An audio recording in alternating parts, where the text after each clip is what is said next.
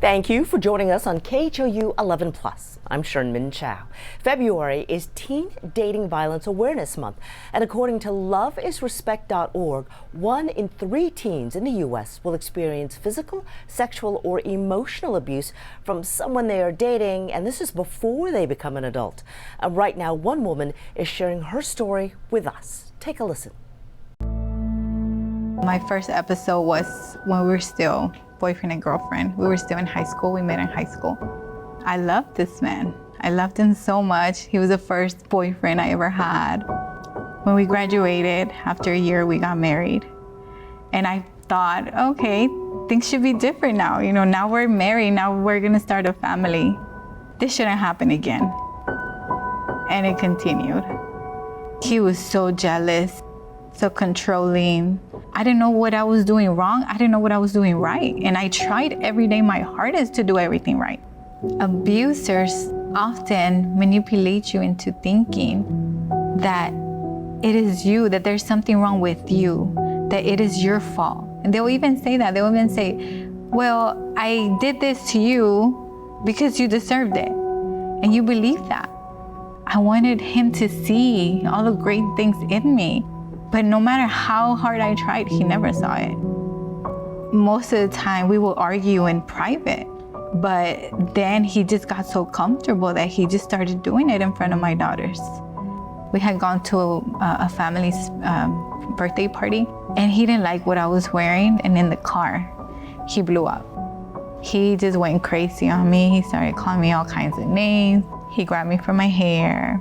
And as soon as he started, my oldest daughter grabbed her own headphones and gave them to my younger daughter and started playing music for her. I saw in the rearview mirror how my oldest daughter treated my younger daughter, how she wanted to have her escape this moment.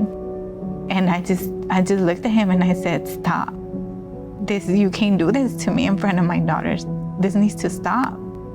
And that's when it started, you know, that little light bulb went on and I said, I need a divorce. I don't know how. I didn't know who to talk to, but I knew it was time. My counselor said, let me refer you to ABDA. All I heard was, they can help you.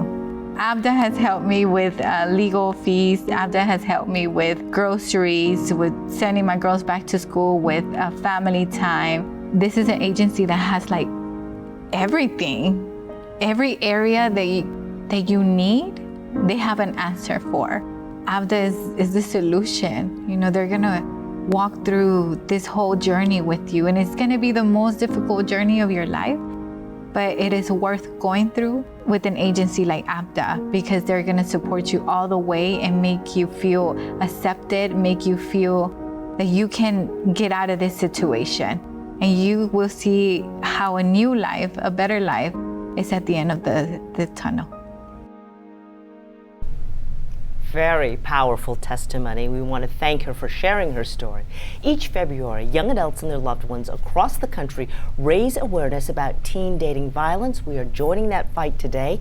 Joining me now is a panel of women working to stop the cycle of violence. We have Maisha Coulter with ABDA, that is the organization The Survivor talked about just a moment ago. Also, Jennifer Perez, a youth advocacy outreach specialist from The Landing.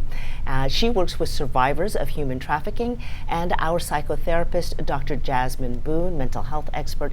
Thank you all, ladies, for joining us this morning. So let's get straight to it. We started by mentioning that statistic that 1 in 3 teens will experience some form of abuse while they are dating. So Jennifer, let's start with you. That this can affect people from any kind of background. I think psychologically we tend to think, maybe lower income, less educated, but that is not the case. Right, it can affect anyone. We've seen it as young as the age of 9. Wow. We see the relationship violence in there, and a lot of the times they don't realize it. And so we help with breaking down the dynamics of it, helping them identify, even doing like assessments with them where we ask questions like, well, let's take this assessment of a healthy relationship and then of an unhealthy relationship. So they'll take these assessments, and with these assessments, that a lot of times they'll rate like higher with that it's not a good relationship. And then a lot of time they're just like, oh my gosh, like I thought that I had a healthy relationship. And I have to catch you before we leave this, but you said you've seen victims as young as 9. Yes, Can ma'am. you tell us about the details of that particular case? Yes, we've had cases as young as 9. You know, they have a background of violence. If maybe they've seen it in their home, domestic violence in the home, a lot of the time that's all they've known. And so we see how it affects them as they're growing up, because this is, since it's all they've known, then these are the relationships that they just continuously tend to get into. And was her abuser a boyfriend even at the age of 9, or someone she was sort of dating or she liked? Right. It started off romantically, like what we see, the relationship start off romantically, and then it just continued from there. And so we see the abuse escalate. And then from there, since she had been in it for so long, like she just thought this was normal. Ouch, ouch. All right. Maisha, talk to us a little bit about how cultural factors and backgrounds can sort of impact a situation like this. Sure. So as Jennifer said, most of the time you will see people who have had this behavior modeled in their homes of origin. And again, there is no specific culture where it dominates or it can be presented one culture over another. It is common amongst many, but what ultimately happens is some cultural dynamics affect how long people remain in relationships or how long they accept relationships. So if you come from a culture where there is an acceptance about gender roles, where males are the dominant figure and that you have to be more submissive to them, then that currently sets someone up for a longer term dynamic of being in a domestic violence situation. Other things that are important is probably religions affected. So when we get into relationships, most religions will say that you need to stay in that relationship and value that person who you're committed to. And so sometimes it will evolve into a point of that person saying that I can't get out of this relationship because I'm not doing the right thing. I'm not a good person because I want to leave an abusive relationship. And that happens a lot of times mostly because of religious indoctrination and things that people believe about how relationships should be maintained, not recognizing that relationships themselves are not the issue. It is how the person is valued within that relationship, regardless of whether or not they are a good person or a bad person or those types of things. So I see that from a cultural standpoint, the more dominant male, and definitely within faith-based communities, you have those issues. And that has to be a very hard hurdle because faith and religion, can be very, very deep for people. Absolutely. How do you broach that? How do you get over, saying, well, maybe what you've been taught? Well, one of the things that we have to do is help to repair the faith-based community or culture so that they recognize that regardless to whether or not you are this faith or that faith, the value of the human is the most important and critical thing, and that there are things within our faiths that sometimes set us up to believe something incorrectly, and that is not the intention of the faith. That is not the intention of the culture, but certainly when we get these skewed and wrong messaging within those very closely held beliefs, then you will have that happen. So it's so important that we talk to faith-based leaders, that we recognize that even if you come from a culture where there is a gender role dynamic or there is an expectation about gender, that abuse is not acceptable, regardless to whether or not you may have some beliefs about male and female roles and gender dynamics. No matter what, those things are not acceptable. We talk a lot in almost all big conversations about social media and electronics and technology. Dr. Boone, do you see that also playing a role in abusive relationships? Absolutely. I mean, abusive relationships have been taking place since the beginning of time, but what has not always been in the picture is social media and what is digital abuse as well, right? So if we're just thinking about a way to define violence, it is just deliberate means or tools of control. And so sometimes people will use tools of control via social media. Snapchat is used by billions or viewed by billions each month. And so if I know, because you've been open and vulnerable with me as your mate, I know that it's really important how your parents see you, and I'm upset with you and I need you to get back under control, I may post something or threat to post something about you, right? let's be honest, sexting is very common with this generation. It is a norm now. And so, you know, I'm trusting you, I'm vulnerable with you, I feel like I love you, I've sent you this picture. But if I step out of line, do I have to be concerned that you will use this against me? So social media, digital abuse in general is on the rise, but it's an option now, where it wasn't for generations prior. And it's also a great means of stalking, which is a very big dynamic and issue with teen dating violence. Maybe less is more when posting. Maybe less is more. Yes. And you had mentioned earlier another issue is maybe even a sign, if you want to call it, but like if someone is hyper vigilant. I mean, we all love our phones, but Yes, with hypervigilant with the phone, so what we see is the youth are like, they have to answer their phone. And they're hypervigilant, they're like, I have to be around my phone if I don't answer it. And so we ask, why? What will happen if you don't answer the phone? So asking these questions to kind of get them talking, and maybe they'll say, well, if I don't answer it, my boyfriend's gonna be really mad, or my girlfriend's just gonna be like, not gonna talk to me for the whole day. That's a form of control. Absolutely. Absolutely. Constantly calling the phone, constantly texting, you know, and we're starting to see a trend of, the goal here is to shift the perspective of the teen, even with the religious piece. You know, you ask, like, what has God been to you? Oh, he's been loving and protective. Well, would he want this for you? Right? And like Jennifer said, with the texting or the phone calls, like, well, what happens if you don't answer your phone? Giving them another way to see it.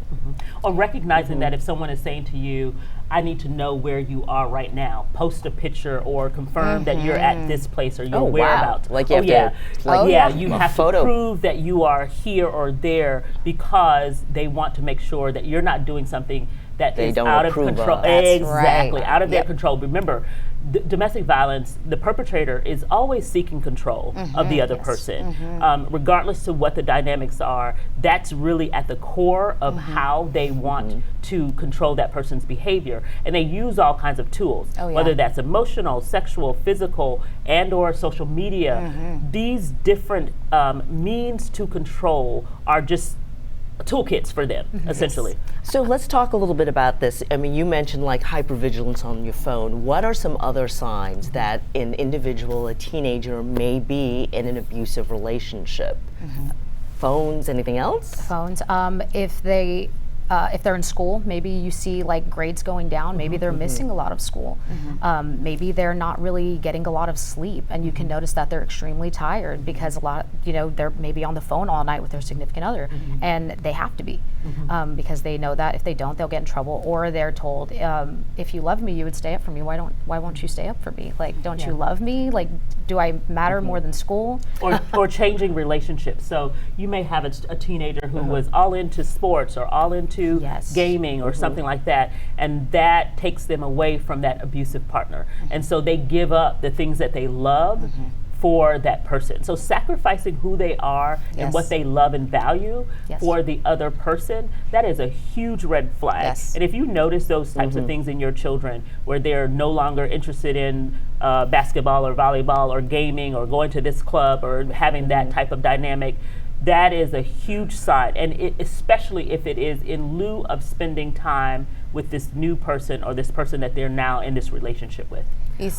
Go ahead. Essentially, just kind of piggyback off of Maisha, like, if you see a shift in behavior, this is where the parent needs to pay attention, right? Because it's a fine line. A lot of teens self-isolate anyway. They like to be in their room, right? But if difficult years. But if you know, after a couple of days, my baby girl or my son usually comes and does family time, and I haven't seen that in a while. Like, so you have to pay attention to the fine shifts, even, right? You know, usually this is what they always eat, and I'm noticing they're seeming a little bit more depressed. Really noting those fine lines. What about abusers? What are the signs that somebody you know may be the abuser in a relationship? Yeah, so one of the big ones is the jealousy. We might look at it as, they love me, they want to be around me all the time, but when there is an extreme level of jealousy, an extreme expression of, I don't want you to be around, you know, this person or that person. And these are people who they should want you to be around because they're positive influences, they are your family, they are your best friend. When those things start to happen, sometimes at the beginning you think, oh, this is definitely just a very powerful love. They love me so much they cannot get away from me. And that's how it's initially received. But then you have to recognize what they're asking you to give up. That's a real big one. And then obviously any type of physicality, especially unwanted, pressures to have sex, they are very persistent about making this person expand their boundaries past what they want to do. So if you're okay with kissing, go a little bit further. And if you don't love me. I love you, but you don't love me. So those are the types of things that teenagers should be aware of, and they're in those relationships, or their peers are in those relationships. And again, the outside teenager might construe that as, oh gosh, he loves you so much. Oh my gosh, you guys are so gross or whatever. But truth be told, there is an unhealthy pattern being created, an unhealthy dynamic that's happening with that jealousy, that controlling behavior, the physicality, or the making you reach your boundaries if you want to stay within this confine, you know, physical touch, that it needs to stay within what you want, that is appropriate for you at the time, how you feel you should be behaving, and not the other person saying you have to do this because otherwise you really don't love me. Okay, so this is interesting. According to the CDC, 1 in 8 female high school students and 1 in 26 male high school students have experienced sexual dating violence in the past year. So those are much higher numbers than I would have guessed. Yes. Yeah. What is sexual dating violence, first of all? Go ahead. I would say it's pushing the boundaries. If somebody has a boundary in place saying, I don't want to do this, it's like continuously like poking at that and saying, but you don't love me, can you do these things? Like if you love me, why like wouldn't you do these things? The physical relationship, pushing the boundaries, making them feel bad if they don't want to do that, invalidating their feelings and saying and putting it back on them saying, but you don't love me, so why wouldn't you do these things for me? And are you also talking about, you know, I guess more classical, if you will, physical violence, beating? Oh, absolutely. The unwanted touches. So if someone is grabbing you forcefully or holding you against your will, may not even be a very violent type of situation, but you can't leave this box, you can't leave this space, I want you here. And they control your boundaries and how you actually move in the world. We have some people that I've seen where it's you have to hold hands. You have to hold hands down the hallway in school because everybody needs to know that we are together.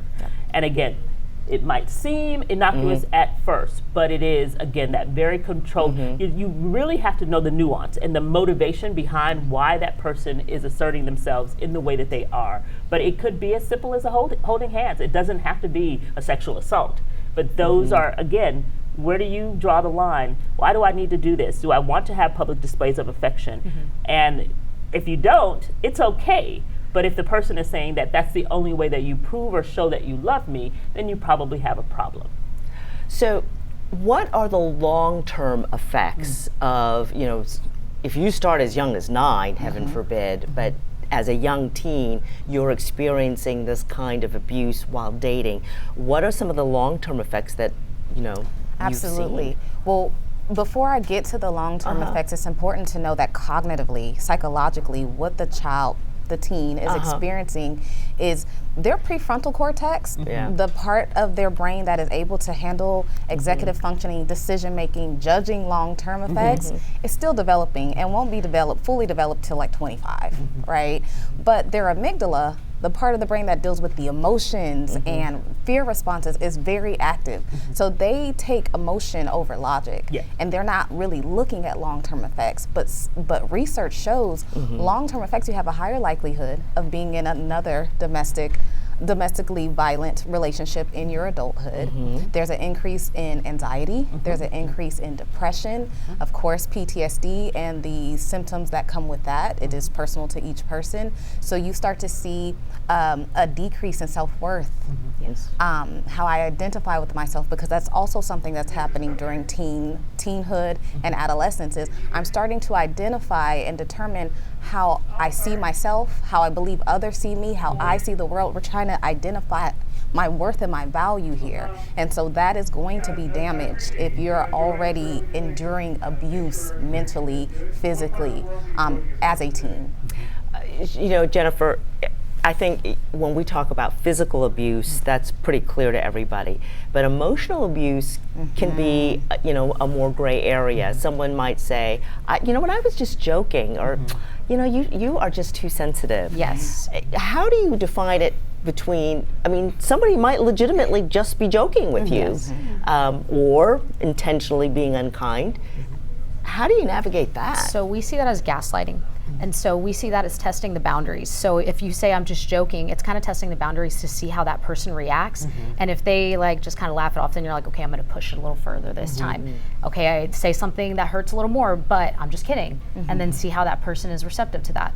And when they react, then it's invalidating their emotions and saying, I was just kidding. Like, why are you so emotional? Why are you acting that way? And so you can notice these signs, like when they start their self-worth, like you said, and then like lower self-esteem. Maybe they aren't sure of themselves. Maybe they don't know how to identify their own emotions, and they have trouble like even putting their emotions out there out of fear of how others will interpret it. And I would like to add to that piece, you know, if they're like, oh, I was just joking, what I like to tell a lot of my clients is, instead of focusing on what they're doing, focus on and express what you're feeling. Yes. Oh, I was joking, well, that didn't feel good. Right. Yes. Right? So no matter what, whether they were joking or intentionally hurtful, you know that is a boundary for me because it doesn't feel good, right? And that's it. We stop it there. Yes. Yeah, one of the big themes of teen dating violence awareness is love should never hurt. Yeah. And that really is true, even in situations like what we're talking about, where there might be that joking feeling. It is your check, your internal temperature is what you really need to be aware of. And that's hard for someone who is immature and not really fully developed, but that's the conversation that should be happening with teens when we have the opportunity to talk to them about how they're feeling and what their self-worth is in those moments.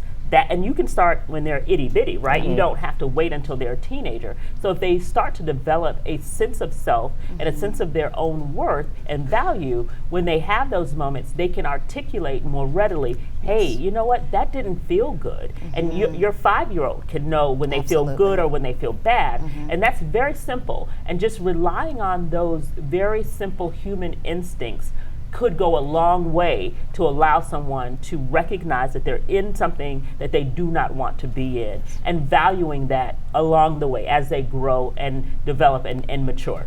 Yeah, it's kind of interesting as we age. Sometimes, you know, a toddler can say no to you all day long, but as you get older, that word no somehow we minimize seems to, it. it becomes more difficult to say. Yeah, Absolutely. Yeah. So a big question, of course, is can this be, quote, fixed? If you're an abuser, is there treatment? Is there therapy? There is. So there is targeted treatment. We have a program called Battering Intervention Prevention Program. And it is specifically, we call it BIP for short, but it is exactly that. It is an opportunity for psychoeducation for individuals to come to us, specifically, ABDA does it, so that they can be with a professional, usually a mental health professional, LPCs, social workers, psychologists, and they facilitate those groups. It is a peer-led situation, meaning that everybody who's there has been identified as a perpetrator of domestic abuse. And most of the people who we attend to are adults, but it is not exclusive to adults, and certainly teenagers could benefit from exactly that. We have had some BIP-like programs in juvenile detention facilities, same sort of talking about relationships, talking about their history, reteaching and retooling them with ways to communicate more effectively, allowing them to recognize that every time that they are abusive, whatever that abuse looks like, they are making a choice, and that it is not I was drunk, I was high, I didn't know what I was doing. Those are excuses. There are lots of people who drink or get high who don't physically assault people, who don't call people ugly names. So that is not really true. And having them to recognize that that isn't true is one of the big picture moments for a lot of both teens and adults who are dealing with trying to, change their behavior. Absolutely. As a practical matter, then, what would you say or suggest to someone who is an abuser, whether they've been caught by the law or they continue to act out, they want to, or they're about to say something mean and hurtful, or they are physically going to hurt someone? What option would you give them, what something else could they do? As a therapist, it really, to me, starts inside. You have to learn the pathology, like, where did I learn this? How did this become an option for me? And once those dots, as I've experienced, once those dots are connected, then we can start employing the tools of, like, how do we, cope with this? How do we use an alternative option instead of just striking someone or verbally being abusive to someone? It's a holistic approach, I think for it to be long lasting, you have to start from the inside out. Absolutely. Yeah, and I talk about this all the time when I talk about BIP, is that there are many. Statistically, there's probably about 60% of the people who participate in these programs who come from homes where, again, it was modeled. It is the behavior that they adopted, and they became the abusive partner. They could have also succumbed and become the victim in those dynamics, but it is oftentimes what you learn as you grow and develop that you adopt and you practice in your own relationships. And how successful is BIP? Is there a way to measure that? Yeah, so we were studied, it's been over a decade now that study occurred with the CDC, but many BIPs across the United States were studied. And what they were looking for is recidivism from those who were referred to us by criminal justice system. What they learned is those who completed programs, so if they went through the full 18 weeks of program or longer, in some states it's 36 and some others are 52, but if they went through a complete program of service, then they did not reoffend 2 years post that completion of program. So about 77% of the people who were studied in our program did not have a reoffense 2 years post completion, and that was confirmed by reporting through their probation officer, parole, as well as the previous complaining witness in the crime that got them referred, and new partners. So they went into other relationships and they did not have those same abusive behaviors in their new relationship. So it is very effective if you can get it and if you know about it. And that's and the thing. If you stick with it. Exactly, and you complete it. All right, Maisha, there is light at the end of the tunnel.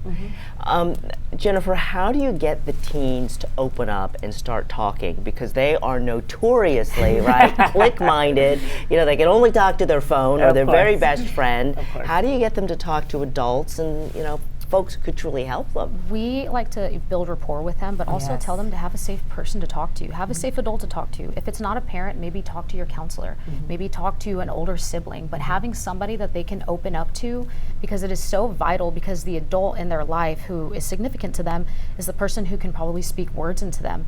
And also allowing them to, letting them know we have resources available for you. If this is happening to you, that's okay. If this is happening to you, yes, the situation isn't okay, but not for them not to be hard on themselves about it, but also here are the steps that we can take to change that. To piggyback off of Jennifer, the building rapport is everything for teens. Like, I know for my teens, I may let them go 6 or 7 sessions and not even bring up the topic, just letting them vent. Letting them curse and not correcting them, you know what I mean? Letting them see, okay, you can be open, you can be vulnerable here, I'm listening.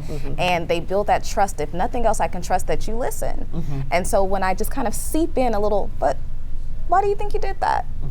you know, now I have their ear because I've built this strong rapport.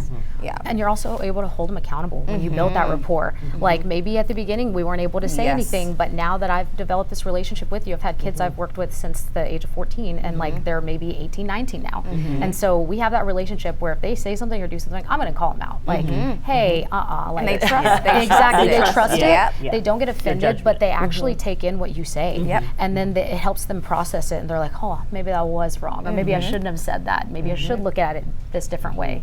Where were you when my kids were? Are there things that you think schools could do to help, you know, protect people, maybe, you know, prevent problems? Sure. Yeah, this is a perfect opportunity for schools to adopt some of this. In Texas, we do have a SB 9, which requires that schools educate children about domestic violence, about child abuse, about human trafficking, and every school has their own means to how they make that happen in their curriculums.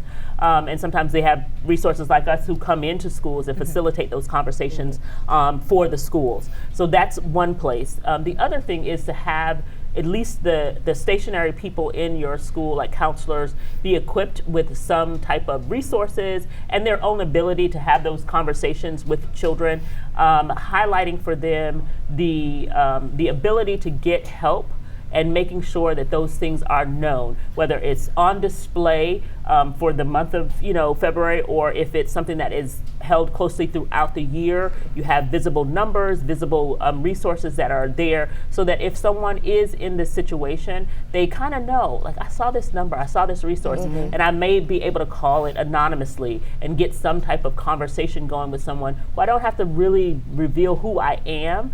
So those hotline numbers are really, really critical, and having those on display in schools and settings like that where children are going to be anyway.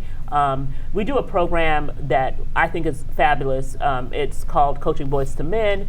We do another one, it's called Athletes as Leaders. It's directed to girls. But it is engaging coaches within the school system and allowing them to become not just their coach, but their mentor in life skills. And so we talk about healthy relationships and accountability, and we train the coaches to incorporate that in their practices. So it's not just dribbling the ball, hitting the ball. I have a volleyball player, so it's not spike set. It is that plus having this conversation about, I heard you all talking about this today, and so-and-so's got this going on. Let's talk about that, and engaging them in those moments that you already have their ear and you already have their attention. And just like we just said, they have a relationship and a rapport with these people. They trust them, and they might engage them more quickly than they will a parent sometimes.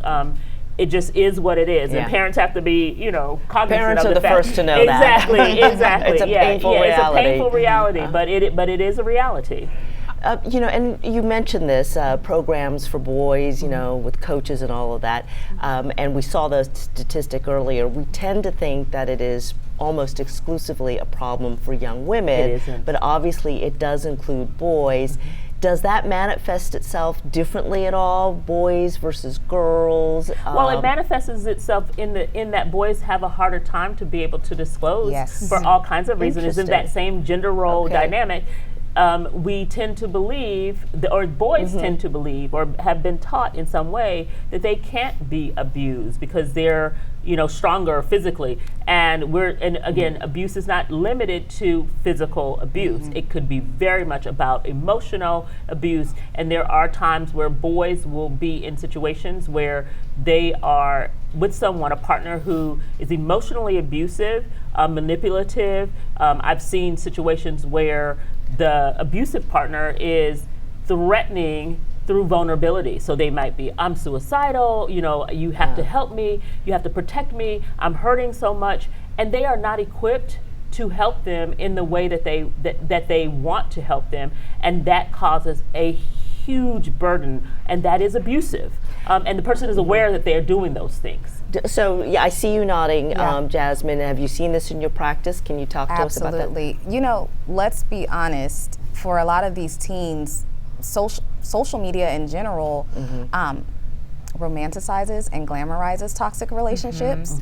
Oftentimes where like the woman is the aggressor, and it is like, if my relationship doesn't look like this, I don't want it. Like that is a normal quote, right? And so we have a double standard here. One, where it's romanticized for the relationship to be toxic, but then also it's normalized for men to have to accept aggressive behavior. And if you don't, you know, you're weak or whatever the case is. So we have to kind of denormalize a lot of these things. But absolutely, I see this so often where, and I will correct it, you know, sometimes when I'm visiting schools and I see, you know, one of my students, you know, swiping a guy, and I'm like, you know, that's not okay, because if he did it to you, right? 100%. And like kind of taking away the normalcy that comes with women being the aggressor, because it does happen. Yes. I mean, and the stereotype, right, is that men may be physical because they're bigger typically, but women can be emotionally manipulative. That's our weapon. That sort of, That's our weapon. There's a negative stigma, especially with boys, and so we see that the numbers are highly underreported. Oh yes. Whenever I go and do presentations or panels, the majority of the people that show up are the females. There are hardly any boys in there, and so I think that it needs to be normalized, like she mentioned. Normalize, have these conversations, let them know that it's okay, like, to have feelings about these, to speak on it. If something is happening, call it out, and that's okay to do. And the same thing in terms of pressures, sexual pressures. Boys are told that it is okay and that you should be having, you know, these sexual relationships, and they may not want to, but they can admit in the way that a female might be able to admit that I'm not ready to go into this type of relationship. Another thing that we didn't talk about, but I think is really critical, is that not just social media, but even the regular television shows and the movies that our children engage with, most of the time, if you watch a show that is directed toward a teen, it's almost always an unhealthy relationship. And I take the time to watch certain shows with my daughter because I want to kind of know, like, what are you watching? Oh, you like this show? And I'm like, this show is horrible. I don't say that out loud, but I'm like, oh my God, like, this is terrible. But you have the conversation, like, why do you think that that's a good, like, do you think these people should be together? Like, truly, tell me why you think, and like, it's, but that's a way to have and engage them without the pressure, but just, hey, let's watch this, you know, Love Island or whatever. This is important because developmentally, teens have moved to a space where my peers become the standard. Right. Right? It's, you know, as a young child, my parents are the standard. What they tell me is right, and what they tell me is wrong. It shifts into like, days. Go on. it was so much easier. Yes. Now it's shifted to my peers are the standard. So it's important that parents are sitting and watching and saying like, hey, you know, what's that about? You think that's healthy? You know, having those really casual but important conversations to kind of still be able to gauge what their norm is, what their standard is. That's a good tip, using popular television shows sort of as that vehicle. It's sort of a non-threatening, non-personal way to get into that conversation. So what advice do you have for a teenager, Jennifer, who might actually be currently in an abusive relationship? To communicate about it, to tell somebody about it. I think the biggest thing is sometimes they don't feel like they have anyone. Find a safe person, and if you have that safe person, talk about it. And for the person that they do talk about, don't be afraid to help seek resources and answers for them. Maybe you can't provide all the answers, but you can at least provide them resources where they can get answers. And resources like these two ladies right here, they can provide resources as well. Anything else you ladies want to add? I think it's important as the parent to, even if you have a child who isn't experiencing domestic violence, more than likely their friend who is going to come to that child, right? So preparing your child, like, hey, if they're ever going through that, this is how I want you to handle it. Come tell me, right? Because again, at this age, the teen is going to friends. They're not necessarily going to adults, right? So preparing your child who is not experiencing domestic violence, like, this is how you can advocate for your friend. This is the protocol. This is what we would do in this case. All right. Thank you, ladies, so very much for joining us. An important topic. We want to thank our panelists this morning, Maisha Coulter with ABDA, Jennifer Perez with The Landing, and Dr. Jasmine Boone, our mental health expert. Thank you very much, ladies. And before we go, we want to take a look at the resources that are available. You've heard about them now, the ABDA and The Landing. Those numbers are on your screen, along with the National Domestic Violence Hotline. Thank you so much for joining us for this discussion. We've got a lot of original content ready for you, including more discussions like the one we just had here. Be sure to watch those for free right here on KHOU 11+.